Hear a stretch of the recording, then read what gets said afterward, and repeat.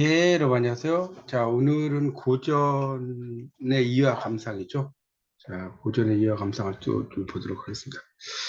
이 고전의 이화 감상은 고전을 통해서 현대를 좀 이해할 수 있는 그런 과목이라고 할 수가 있겠습니다. 자, 오늘은 여러 페이지로 보면 43페이지죠. 자, 43페이지를 보시면 이제 향가 부분이 나와요. 향가. 3페이지에. 자, 이 향가라고 하는 것은 일단 좀 설명을 좀 드리면 이 향자가 이제 시골 향자죠. 시골 향자.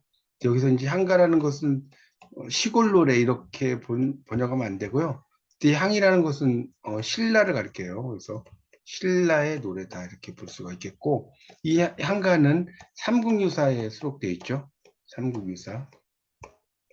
이 삼국유사라는 것은 뭐냐면 삼국사기라는 책 있죠. 삼국사기에서 이 유자가 나왔죠. 빠질 유자예요. 빠질 유자. 빠진 부분을 기록한 책이다라고 해서 이련이라는 승려가 지은 그 책이죠. 그걸 이야기를 한다라고 볼 수가 있겠습니다. 향가는 상당히 어려운 게 향찰 문자로 이루어져 있고요. 이 향찰 문자로 이루어졌습니다. 향찰 문자는 부분과 뜻 부분이 있어요. 부분과 뜻 부분이 함께 있는 그것을 우리가 이제 향찰 문자라고 이야기할 수 있습니다. 부분과 뜻 부분이 있는 것을 향찰 문자라고 하고요. 자, 44페이지를 펴보세요. 44페이지입니다. 페이지 44페이지를 보시면 고려 후기 승려 이련이 삼국의 유서와 함께 향가 14수를 기록한 역사서라고 나오고요. 그 이련은 승려입니다. 승려, 스님이고 이 삼국유사가 고조선부터 후 삼국까지 역사를 편년체로 기술한 5권의 역사서라는 거죠. 그러니까 이제 이 우리가 역사서를 기술하는 방법이 뭐 기전체도 있고요. 편년체도 있어요. 편년체. 뭐 여러 기사 본말체, 뭐 여러 가지 형태가 있는데 이 편년체라고 하는 것은 어떤 역사적인 어떤 사실 이런 것들을 이제 쭉 설명을 하면서 삼국유사에 나와 있죠. 그걸 이제 우리가 편년체라고 합니다.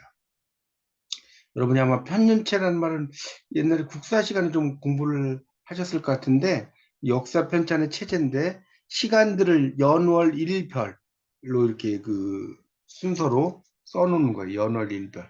연이 있고 월이 있고 일이 있고 이렇게 돼 있겠죠. 연월 일별로 순서대로 서술하는 방법. 그 정도로만 좀 써주세요. 그걸 이제 우리가 편년체라고 이야기합니다. 편년체 정의입니다. 자, 그렇게 보시면 되겠고요. 그래서 이제 거기에 보면 왕력, 왕의 역사, 기, 여기서 기라고 할 때 이 기자는 여기 한자의 기자 이렇게 보면 이렇게 생겼는데 요 기는 뭐하고 같냐면 이 말씀 원자의 몸기자 같아요. 적을 기자입니다. 적을 기자. 적었다는 거예요. 이상한 일을 적었다. 이런 뜻이고 흥법, 불법을 흥하게 한다. 이런 뜻이고 탑상이란 건 탑 모양이죠. 그러니까 불교적인 이야기, 불교. 석가탑, 다보탑, 탑이죠. 의회, 의로운 일을 풀었다. 이런 얘기죠. 의회. 이런 거고요. 신은 아시겠고, 주는 뭐냐면, 주술사 할 때 주술을 걸다. 이런 것들을 우리가 이 주자거든요. 불러온다는 거예요. 기이한 것을. 감통, 느껴서 통했다. 피은, 피할 피자에 스물은 자죠. 어떤 힘든 세상을 피해서, 속세를 피해서 이제 숨어 있다는 이야기죠. 효선, 착한 행동, 뭐 이런 것을 이야기하는 거죠. 이런 것들의 편목으로 나눠져 있습니다. 그리고 삼국유사는 신라 향가 14수가 전해진다. 이게 아주 특히 중요한데요. 삼국유사에 신라의 향가 14수가 전해진다. 자, 여러분, 이 향가는 이제 조금 처음 공부하신 분을 위해서 말씀을 드리면, 이 삼국유사에 14수가 전해지고, 그 다음에 이제 균여전이 있어요. 균여전. 11수가 전해집니다. 그래서 도합 25수가 전해진다라고 여러분 이해를 하시면 됩니다. 14수가 있어요. 14편이. 그래서 이제 기와 감통에 많이 쓸렸어요. 기상한 이야기죠. 향가를 보면 되게 주술적인 이야기거든요. 뭐 신적인 걸 불러오는다든가 이런 것이 상당히 많습니다. 그래서 건국의 내력, 주요 사건과 관련된 것이다라고 볼 수가 있겠습니다. 이건 이제 규장각에 소장되어 있는 삼국유사 책이고요. 자, 이제 본격적으로 45페이지로 넘어가겠습니다. 여러분 이제 2학년 때 가면 향가를 본격적으로 공부를 하실 거예요. 상당히 재밌습니다, 향가가. 향가는 신라의 노래다라고 아까 말씀을 드렸고, 특히 이제 서동요부터 들어가는데, 서동요. 자, 45쪽입니다. 자, 오늘 하는 것들은 아마 지난 시간보다 훨씬 내용이 재밌을 거예요. 여러분이 이제 국문학과에 오셔서 본격적으로 고전을 공부하시는 건데, 이 서동은 서동의 노래인데, 이 서가 뭐냐면 마서자예요. 마서라고 쓰세요. 마 파는 아이, 마라는 거, 고구마 비슷하게 생긴 그거 있죠. 마 파는 아이가 서동이에요. 노래죠. 그래서 이 서동요는 여기다 쓰세요. 민요적 전통과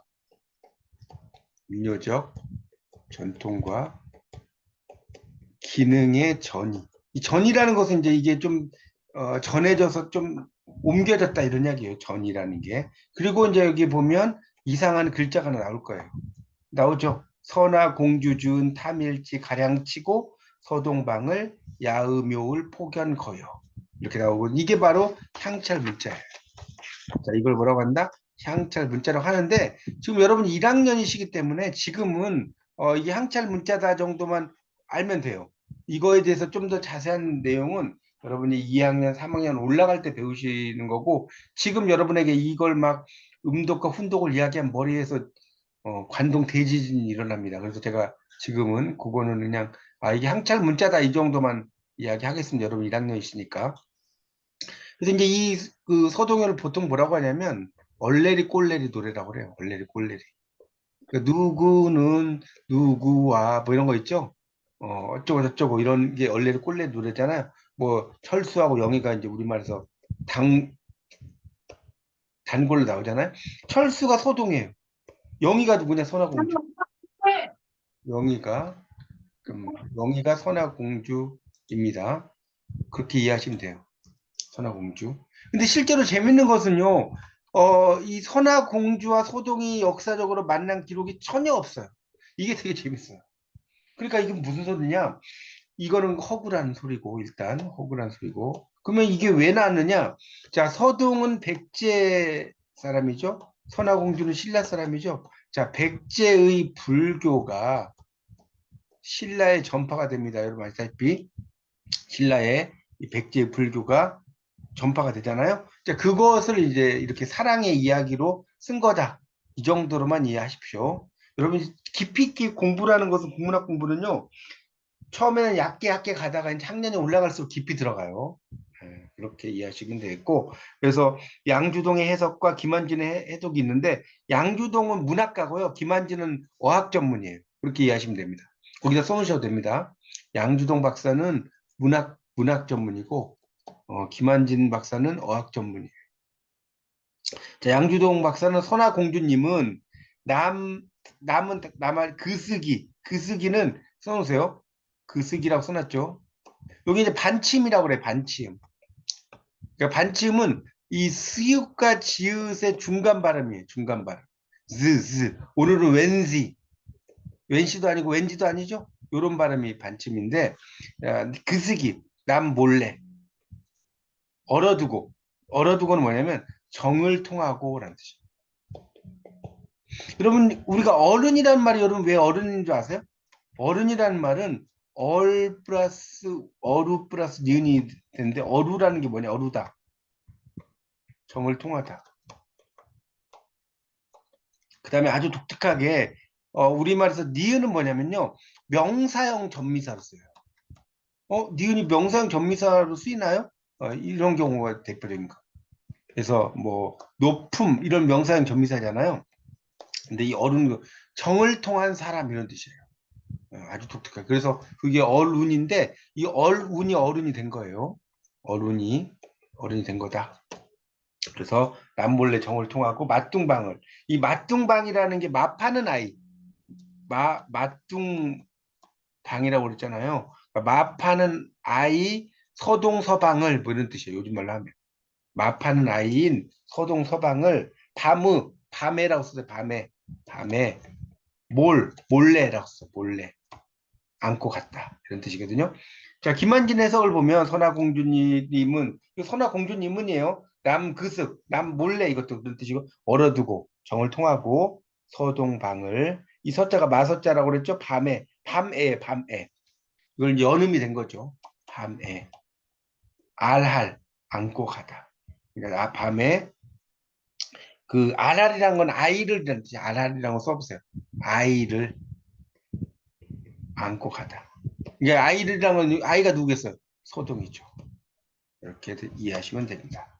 여러분 이제 국문학 공부의 또 묘미 중에 하나가 뭐냐면 이렇게 고전을 해석하는 건데 이제 고전 공부해 보시면 알겠지만 거의 제2외 국어예요, 제2외 국어. 여러분이 외국어를 싫어하셔서 이제 국문과에 많이 오시는데 이것도 완전히 외국어입니다, 외국어. 또 하나의 외국어를 여러분이 공부한다고 생각하시면 돼요.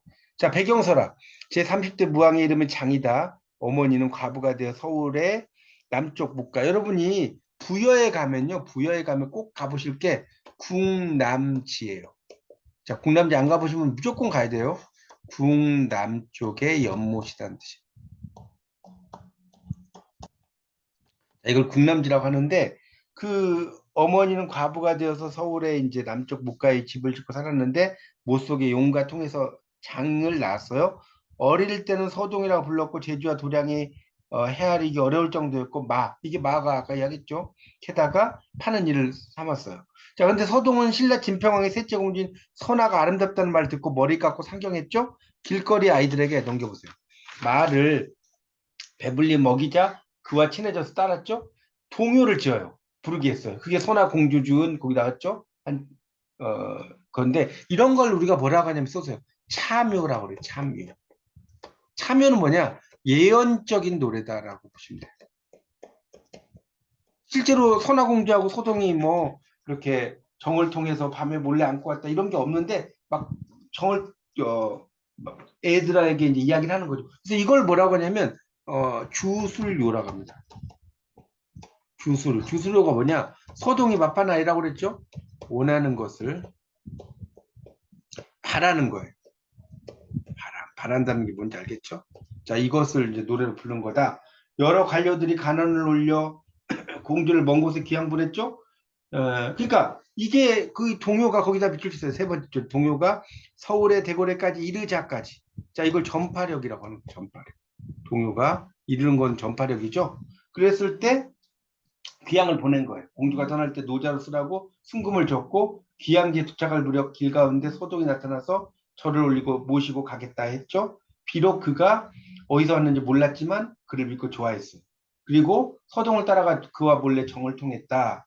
그래서 소동임을 알았고 동의의 증언을 믿었다. 또 함께 백제에 이르러서 왕후가 주신 금을 꺼내놓고 생계를 도모하려고 하는데 서동이 웃으며 물었죠. 이게 뭐냐? 그러니까 공주가 황금으로 100년. 이게 이제 일종의 폐물이죠, 폐물.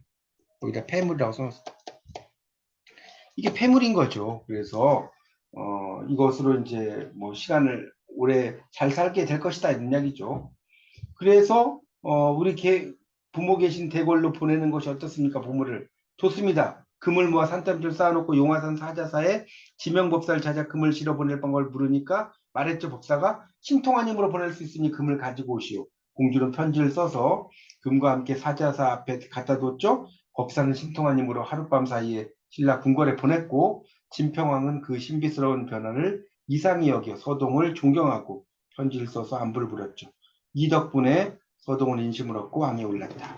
자, 오른쪽 보세요. 그러니까 여기서 재밌는 거는 뭐냐? 여기서 알 수 있는 건 뭐예요? 백제인들은 여기서 필기하세요. 47쪽에 금의 가치를 몰랐다는 거. 이 금이 엄청나게 중요하잖아요. 근데 금의 가치를 모름. 이게 이제 포인트죠. 백제인들 금이 있는 거. 그래서 47쪽에 무왕이 부인과 함께 사자사에 행차 하려고 용화산 아래 목가에 이르렀는데 미륵 3존이 목 가운데 나타나므로 수레를 멈추고 경의를 표했죠. 부인이 왕에게 말했어요. 이곳에 큰 절을 짓는 게 저희 소원입니다. 왕이 그걸 허락하고 지명법사를 뵙고 연못을 메울 일을 물으니 신비스러운 힘으로 하룻밤 사이에 산을 헐고 못을 메어 평지로 만들었다. 미륵 3존의 상을 만들고 뭐 여러 가지를 막 이렇게 만들어 놨다는 거죠. 그런 이야기입니다. 그러니까 이건 얼레리 꼴레리 노래고 서동이 선화공주를 좋아한다는 걸 말을 주면서 퍼뜨렸는데 결국은 백제 불교가 신라에 전파되는 그런 내용을 이렇게 사랑 이야기로 옮겨놨다 이렇게 보시면 되겠습니다. 자, 그 다음에 나오는 게 48쪽의 풍요죠. 자, 이 풍요라고 하는 것은 노동요예요, 노동요. 노동과 관련된 노래다. 일단 여러분이 알아두셔야 되고요. 여기 이제 한자로 레어라고 났죠?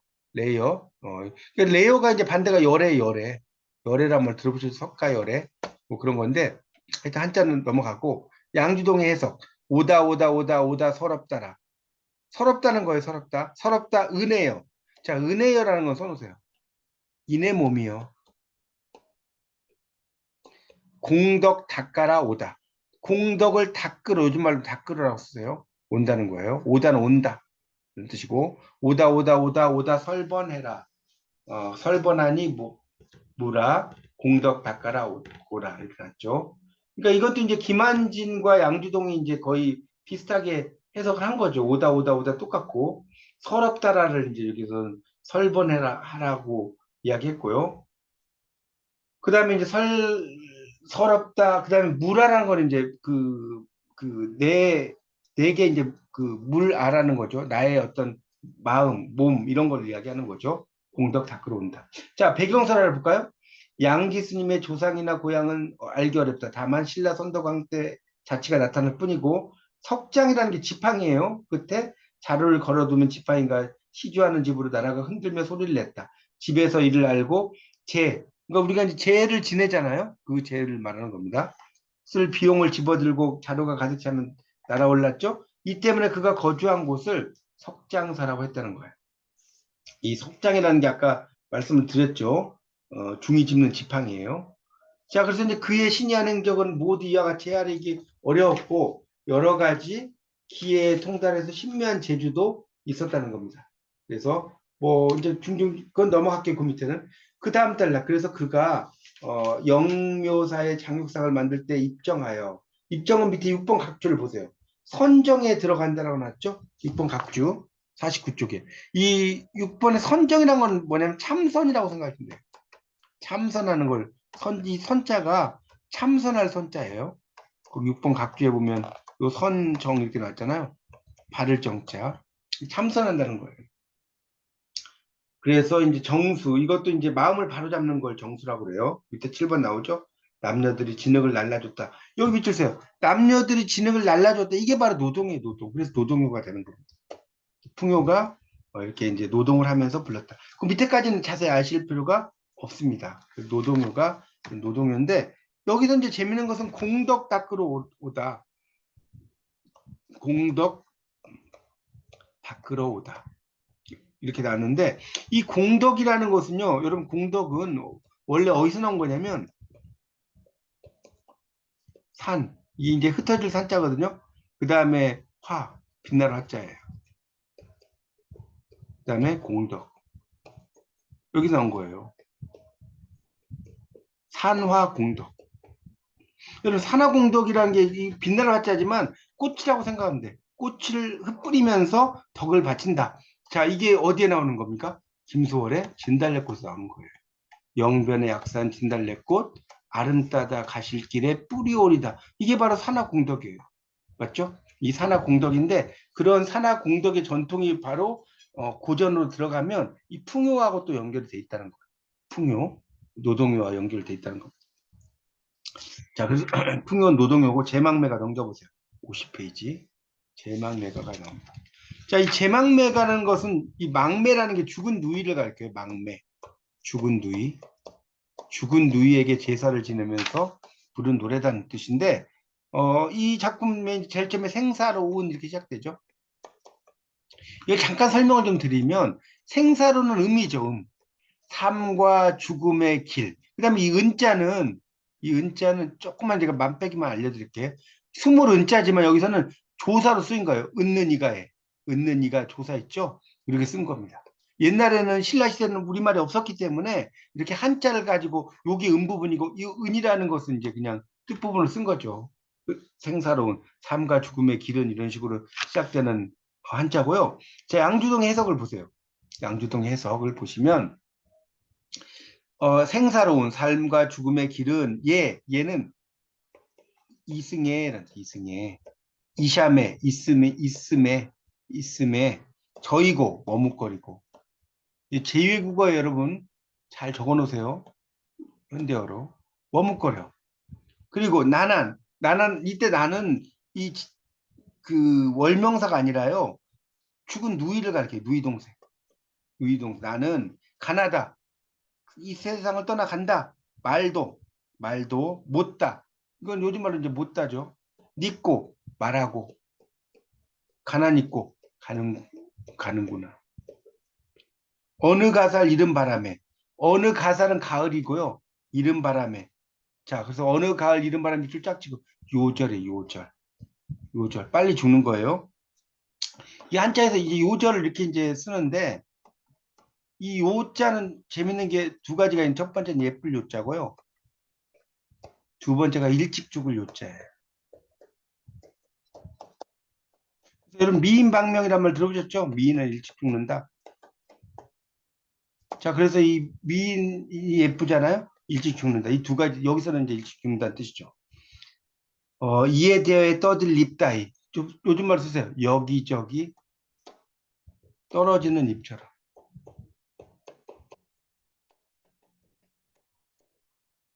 하단 가재 나고 같은 가지에 나고. 이때 가지는 부모를 가리켜요. 같은 부모에게 태어났다는 거예요. 가는 곳 못아온겨. 가는 곳 모르겠구나. 모르겠구나. 가는 곳 못아온겨. 아으 이거 동그라미 있어. 아으 이게 이제 일종의 낙구라고 그래. 낙구. 여러분 이제 학년 올라가시면 배우실 거예요. 아으라는 게 미타차는 극락기 극락. 극락의 맛볼 만날. 내는 뭐냐면 나는 도 닦아 도를 닦아서 기다리고다 기다리겠다. 자 이런 이야기입니다.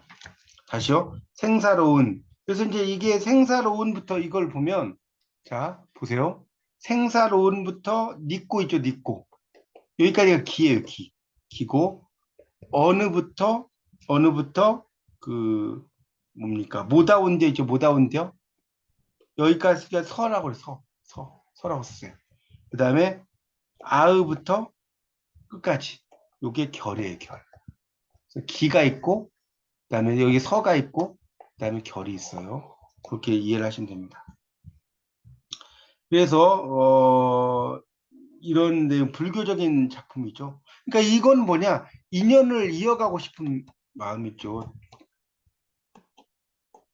죽은 누이와 싶은 마음이고 이렇게 필기하시고 이 죽음이라는 것을 이제 이야기를 하는데 이 시가 이 한가가 좋은 건 대단한 건 뭐냐면 죽는단 말을 절대 안 써요. 간다 이렇게만 썼지. 그리고 비유가 기가 막히죠. 어느 갈 이른 바람에 떨어지는 꽃잎이라고 이야기했고 가단 가재 같은 가지에 났다는 것도 부모를 가지라고 썼어요. 자, 그래서 오른쪽에 보시면 51쪽 월명사가 일찍 죽은 누이 동생을 위해서 제를 올릴 때 향가를 지었어요. 근데 갑자기 회오리 바람이 일어나서 지전이란 건 종이돈이라고 써요. 종이돈. 를 불어서 서쪽으로 날아가겠다. 노래가 다음과 같다. 이런 이야기인데, 자, 서쪽으로 날아갔다라는 건 뭐냐? 이 서쪽이란 건 써놓으세요. 서방 정토를 말하는데, 서방 정토는 극락을 의미하는 거. 극락세기를 이야기합니다. 그래서 이제 그런 노래가 되고요. 우리가 향가 중에 있다고 그랬지 않습니까? 향가 중에 베스트 오브 베스트 가장 훌륭한 작품을 하나를 뽑아라 하면 뭐예요? 제막매가고요. 두 번째 넘버 투를 뽑아라 하면 뭐냐면 찬 기파랑가인데 이거는 이제 여러분 나중에 학년이 올라갈 때 배우실 거예요. 기파랑의 인격을 찬양하는 노래. 찬 기파랑가가 두 번째예요. 넘버 투예요. 자, 1번이 뭐라고요? 제막매가 죽은 누이의 죽음을 애도하는 노래다.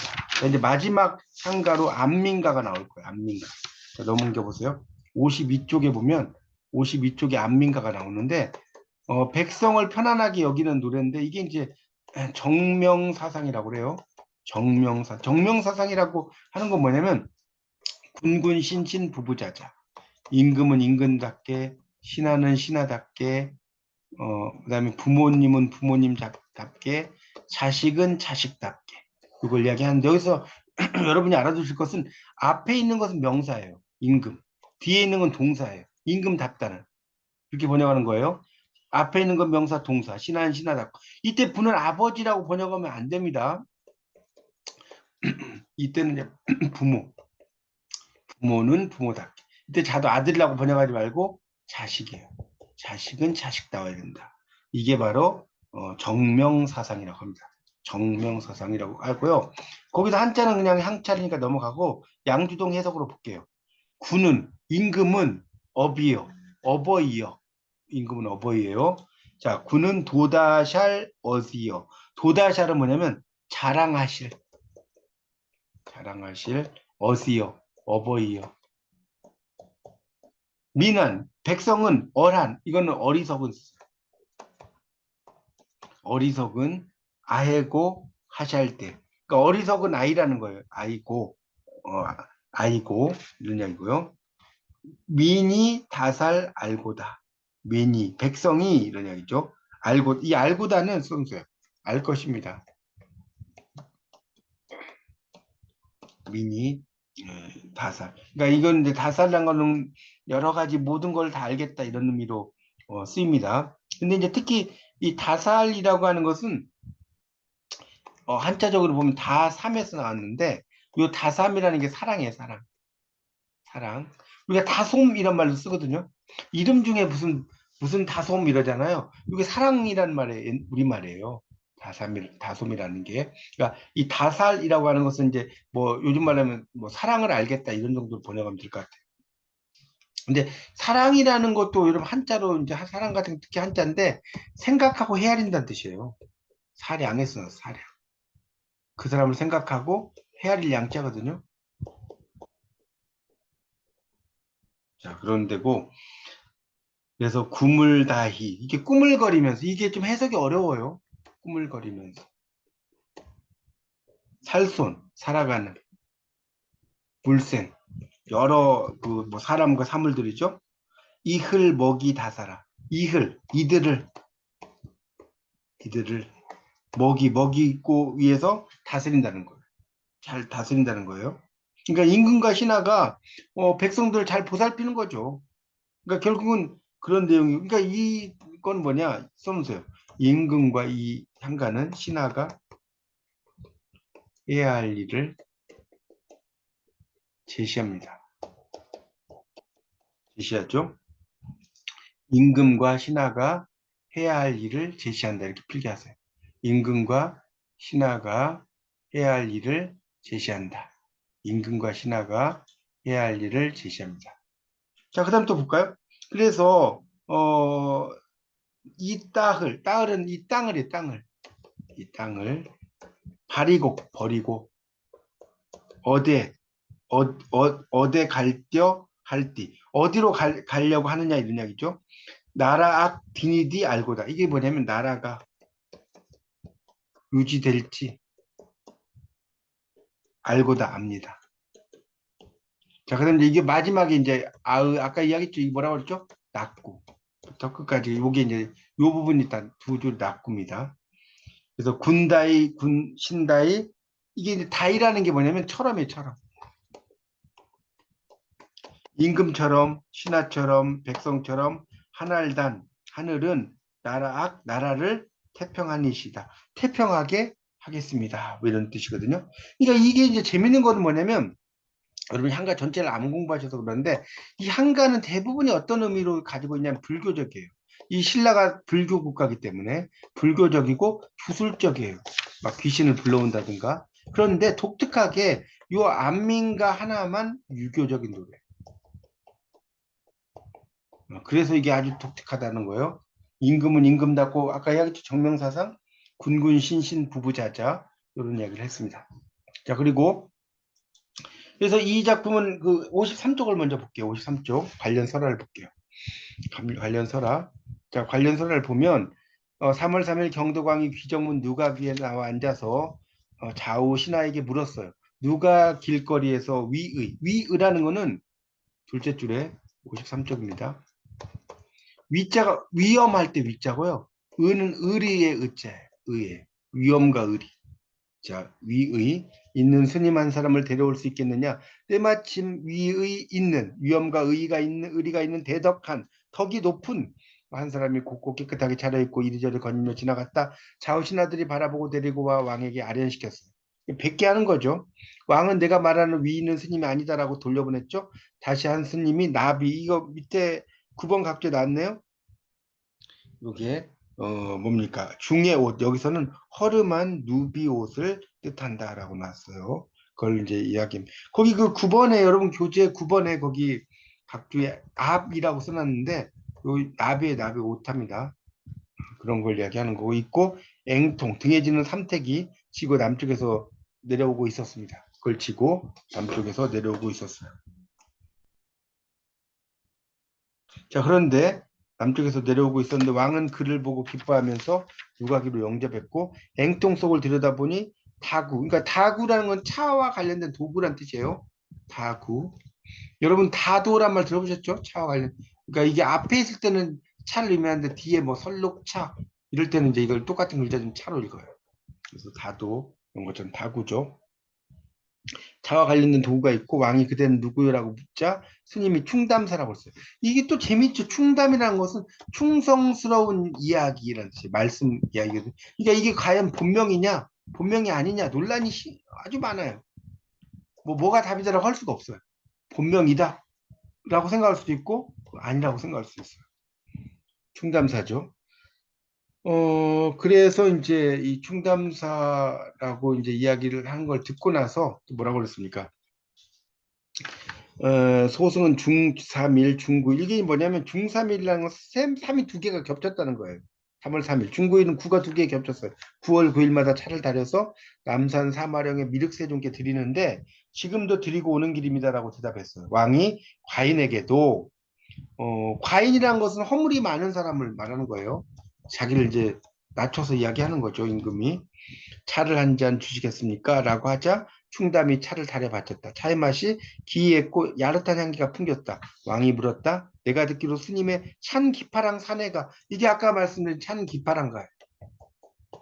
기파랑의 인격을 찬양하는 노래. 기파랑의 인격을. 이 사내가라는 것은 이제 여러분 이제 나중에 좀 배우시겠지만 사내라는 것은 이제 고뇌를 표현한다는 뜻이에요. 그걸 사내가라고 합니다. 높다고 했는데 그렇습니다. 충담이 대답했죠. 왕이 그렇다면 나를 위해서 백성들이 편히 살도록 다스리는 노래를 지어 주시오 부탁하니 충담은 때맞춰 왕의 명령을 받들어 노래를 지어 바쳤고 왕이 이를 가상히 여겨 그를 왕사. 자 13번에 나오죠. 왕의 스승라고 불렀고요. 충담은 두 번 절하면서 사양하여 받지 않았다라고 나오고 있죠. 여러분 교재 그 55페이지부터 57쪽까지가 이제 여러 신라인들의 바람 노래가 지닌 힘 해가지고 쭉 나오거든요. 그건 여러분이 한번 읽어보시고요. 우리가 이제 한가라고 하는 것을 조금 설명을 좀 드리면, 그것부터 해야겠구나. 충담사, 그러니까 월명사가 있고 월명사, 충담사가 있어요. 그래서 지금 충담사의 작품은 뭐였습니까? 안민가가 있고 찬 기파랑가가 있죠. 찬 기파랑가가 있고 지금 월명사의 작품 아까 뭐였죠? 제망 매가가 있어요. 자, 알겠어요? 제망매가. 또 이제 도솔가라고 하는 작품도 월명사가 지었다고 하죠. 근데 월명은 뭐냐면 달월자에 밝을 명자예요. 제망매가에. 그러니까 이 사람이 가는 곳에는 달이 항상 쫓아다닌다는 거예요. 월명사라는 게. 이게 경주에 가면 월명사 터가 또 있거든요. 경주에 가시면. 여러분이 이제 국문학을 공부하면 좋은 게 뭐냐면 어떤 지역을 가더라도 이게 다 이게 무슨 뜻인지를 막 공부하게 돼요. 그냥 예전에는 그냥 재미로 갔다고 친다면 그래서 그게 이제 또 국문학을 여러분이 공부하는 또 묘미가 아닌가 싶습니다. 그래서 이제 우리가 이 한가를 이제 공부할 때는 한가는 보통 이제 이건 뭐 아무데나 여백에다 쓰세요. 한가는 3단 구조로 보통 돼 있어요. 3단 구조가 뭐냐면 아까 얘기했지만 서사가 있고 제일 처음에 이제 앞에 있어 서사 서사가 아니라 기승이 있고 기가 있고 기가 있고 그다음에 서사가 있고 그다음에 이제 결구가 있는 거예요. 기 부분이 있고 서사가 있고 결구가 있다 이거 알아두시고 그러니까 이걸 이제 그 보통 이렇게도 이야기 앞절이다 무슨 서사는 뒷절이다 이 결구가 낙구다라고 이야기도 합니다. 같은 말입니다. 그러니까 이런 걸 뭐라고 그래? 3단 구조다는 거. 이렇게 이해하시고, 그러니까 이 낙구에 나오는 아으 이런 걸 이제 우리가 뭐라고 하냐면 탄사라고 그래요. 탄사가 뭔지 모르겠다. 감탄사예요. 감탄사를 우리가 탄사라고 또 이야기를 합니다. 그래서 이제 그 찬 기파랑가라는 것도 이제 상당히 유명한 작품이에요. 자, 그럼 다시 정리를 하자면 여러분이 지금 그 향가 네 편을 공부했는데 첫 번째가 45페이지 넘겨서 서동요였고요. 서동요는 마파는 아이 서동이 선화공주를 사랑한 이야기다. 자, 부여에 가면 뭐가 있다? 궁남지가 바로 이 서동요와 관련된 곳입니다. 그러니까 이 서동은 어머니가 그곳에 이제 궁남지에 용이 있어요. 용. 용과 어머니가 그 사이에서 소동이 태어났다는 거. 그런 이야기. 그러니까 결국 용은 뭐냐? 여러분 고전이나 이런 작품 용은 뭐 드래곤 이런 의미도 있지만 용은 뭘 의미하냐? 왕이에요, 왕. 또는 왕족이에요. 그러니까 결국 서동은 누구의 아들이야? 왕의 아들이라는 소리예요. 서동은 왕의 아들이에요. 그런 그 이야기가 됩니다. 자, 그 정도로 이 서동에 대한 이야기, 원래를 꼴레 노래라고 그랬고, 그 다음에 이제 풍요가 48쪽에 나왔죠? 이거는, 노동요. 자, 우리가 향가는, 자, 여기다 좀 쓸게요. 이 향가는 이제 사구치 향가가 있고요, 팔구치 향가가 있고요, 그 다음에 십구치 향가가 있어요. 무슨 소리냐면, 사구치 향가는 네 줄로 돼 있고, 팔구치 향가는 8줄로 돼 있고, 십구치 향가는 10줄. 이렇게 돼 있어요. 이렇게 네 줄로 되면 4구체, 8줄로 되면 8구체, 10줄로 되면 19체. 그래서 이제 이걸 외우는 방법은 시간이 될지 모르겠는데 서풍헌도가 모처도에 있다. 이렇게 외우면 되는데 이게 이제 여기가 4구체 한가, 모처도가 8구체 한가. 있다. 이건 나머지는 19체 한가. 그래서 서풍헌도는 서니까 서동유, 풍요, 헌이 헌화가, 도가 도솔가. 그다음 모처도는 모가 모죽지란가. 그다음에 처는 처용가. 도가 도의장가. 도의장가라고 하는 것은 두 장수를 애도하는 노래. 두 명의 장수. 자, 왕건이 막 싸울 때 김낙과 신순겸이 있었어요. 김낙과 신순겸이 왕건의 옷을 입고 막 이제 그 다니다가 죽게 돼요. 그래서 이제 김낙과 신순겸이라는 두 사람을 애도하는 노래다라고 해서 이 도의장가는 고려 때 노래예요. 고려 때 노래고 예종이라는 왕이 지은 작품입니다. 여러분 향가가 신라의 노래로만 생각하시면 오산이에요. 신라의 노래였는데 그게 나중에 고려 때까지로 넘어가요. 근데 고려의 향가는 별로 그 뭐랄까요 중요하게 생각하지 않고요. 보통 신라의 향가를 상당히 중요하게 그 설명을 생각을 하고 있습니다. 이 정도로 해서 제가 그 뭡니까 향가에 대한 설명 좀 드렸고요. 한 15분 정도, 10분, 15분 정도 이것 좀 제가 다시 올려야 돼서 이따가 한 7시 50분 정도에 다시 그 뒤에 고려가요가 있거든요. 고려가요를 좀 설명을 드리도록 하겠습니다. 7시 50분쯤에 다시 제가 초대할 테니까 그때 링크 타고 들어오십시오.